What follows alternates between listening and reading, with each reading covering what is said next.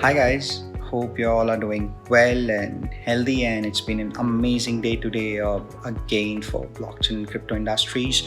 A quick update is that a lot of new stable currencies coming up where the state banks and the central banks are decided to launch their own currency. China has successfully piloted their own digital currency or digital yuan, and that's going to create a massive revolution and change the way how essentially money works, eliminating all the middlemen. And today, as I discussed in my last video, right, I'm going to publish or talk about what essentially smart contracts are.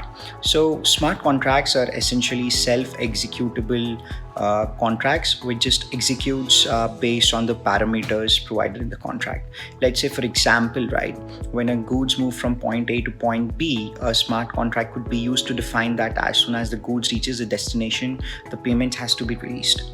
So similarly, you could think of applying smart contracts in trade finance scenario, in escrow services, custodian services, settlement services, so on and so forth, because essentially all enterprises evolves and run around smart contracts. So smart contracts going to change the way the entire contracts works, contractual management. In short, it's going to replace the entire industry of lawyers, because you don't need to have any governance mechanisms. Regulators can use it to monitor almost everything without any manual intervention.